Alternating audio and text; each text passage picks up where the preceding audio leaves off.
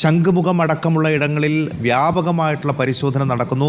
അവിടെ രാത്രി കിടന്നുറങ്ങുന്ന ആളുകളൊക്കെ വിളിച്ചുണർത്തി ഈ പെൺകുട്ടിയുടെ ഫോട്ടോ ഒക്കെ കാണിക്കുകയാണ്. ഏതെങ്കിലും സമയത്ത് അവിടെ എത്തിയിട്ടുണ്ടോ എന്ന് അറിയാനുള്ള ശ്രമമാണ് പോലീസിൻ്റെ ഭാഗത്ത് നിന്ന് നടക്കുന്നത്. തിരുവനന്തപുരം നഗരത്തിൽ തന്നെ എവിടെയെങ്കിലും ഈ പെൺകുട്ടി ഉണ്ടാകും എന്ന ഒരു ശുഭപ്രതീക്ഷ തന്നെയാണ് പോലീസിനുള്ളത്. ആ വിധത്തിലുള്ള പരിശോധനകളാണ് നടക്കുന്നത്. എന്തായാലും ഈ പെൺകുട്ടിയുടെ കുടുംബം ഇവിടെ എത്തിയിട്ട് വെറും 2 മാസമേ ആയിട്ടുള്ളൂ. പെൺകുട്ടിയും അവളുടെ അമ്മയും സഹോദരിമാരും എത്തിയിട്ട് 25 ദിവസമേ ആയിട്ടുള്ളൂ. കഴക്കൂട്ടത്ത് ഒരു വാടക വീട്ടിലാണ് ഇവരുടെ താമസം. ഇവിടെ അധികം പരിചയക്കാരില്ല, ഭാഷയറിയില്ല. ഈ കുട്ടിക്ക് വെറും 13 വയസ്സ് മാത്രമാണ് പ്രായം. ഇപ്പോൾ ഈ കുട്ടിയെ കാണാതായിട്ട് ഏകദേശം 18 മണിക്കൂർ പിന്നിടുകയാണ്. ഇവർ രാവിലെ 10 മണിക്ക് വീട്ടിൽ നിന്ന് ഈ കുട്ടി ഇറങ്ങിയെങ്കിലും നേരത്തെ അശ്വിൻ സൂചിപ്പിച്ചതുപോലെ ഇതിൽ ഏറ്റവും നിർണായകമായ തുടക്ക സമയത്ത് പോലീസിനെ അറിയിച്ചിട്ടില്ല. 4 മണിക്ക് ശേഷമാണ് പോലീസിൻ്റെ ശ്രദ്ധയിലേക്ക് ഈ വിഷയം എത്തുന്നത്. ആ സമയത്ത് തന്നെ ഒരു പക്ഷേ ദൂരേക്ക് പോകാനാണ് പെൺകുട്ടി തീരുമാനിച്ചിരുന്നതെങ്കിൽ ഒരു പക്ഷേ അത് പോയി കഴിഞ്ഞിരിക്കും. പക്ഷേ ഇപ്പോഴും പോലീസ് പ്രതീക്ഷിക്കുന്നത് ഈ ട്രെയിനിൽ ഇപ്പോൾ പരിശോധിച്ച 2 ട്രെയിനിലും ആ പെൺകുട്ടി ഇല്ലാത്തത് കൊണ്ട് തന്നെ തിരുവനന്തപുരം നഗരത്തിൻ്റെ ഏതോ ഒരു കോണിൽ തന്നെ ആ പെൺകുട്ടി മറഞ്ഞിരിക്കുന്നുണ്ട്.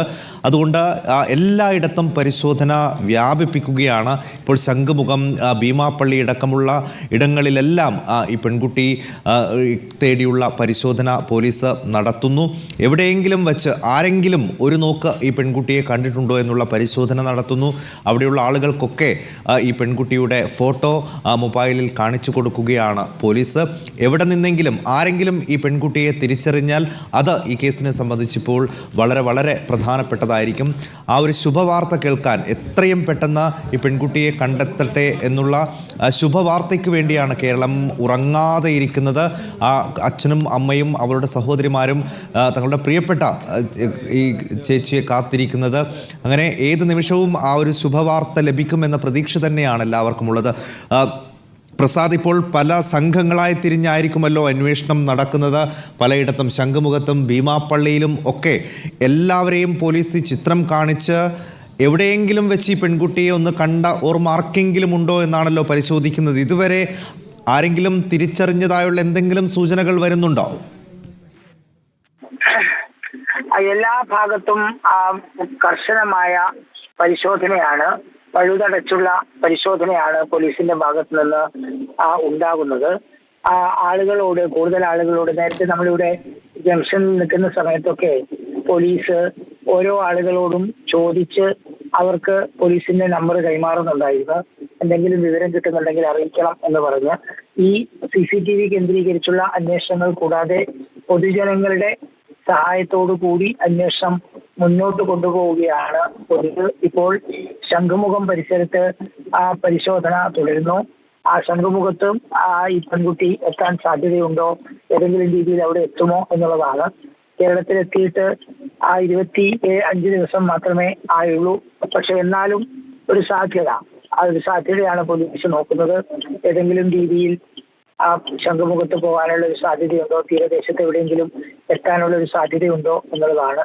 എല്ലാ മേഖലയിലും അന്വേഷണം വ്യാപിപ്പിക്കുക എന്നുള്ളതിന്റെ ഭാഗമായിട്ട് കൂടി തന്നെയാണ് ഇങ്ങനെ പഴുതടച്ചുള്ള ഒരു തെരച്ചിൽ പോലീസിന്റെ ഭാഗത്തുനിന്ന് ഉണ്ടാകുന്നത്. കാരണം ഈ രാത്രി കഴിയാൻ പോകുന്നു. ഈ രാത്രി ഏതെങ്കിലും ഒരു സ്ഥലത്ത് നിന്ന് കണ്ടെത്താൻ കഴിഞ്ഞാൽ അത് വലിയ നേട്ടമാണ് പോലീസിനെ സംബന്ധിച്ച്. കാരണം അച്ഛനും അമ്മയും അവർ കാത്തിരിക്കുകയാണ് അവരുടെ പൊന്നുമോൾക്ക് വേണ്ടി. രാവിലെ ഉണ്ടായ ഒരു വഴക്കിന്റെ പേരിലാണ് വീട് വിട്ടിറങ്ങിയത്.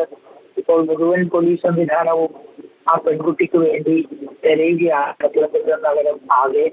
അതുകൂടാതെ ട്രെയിനിലും മറ്റ് ചെയ്യാൻ പറ്റുന്നിടത്തൊക്കെ പരിശോധന നടത്തുകയാണ്.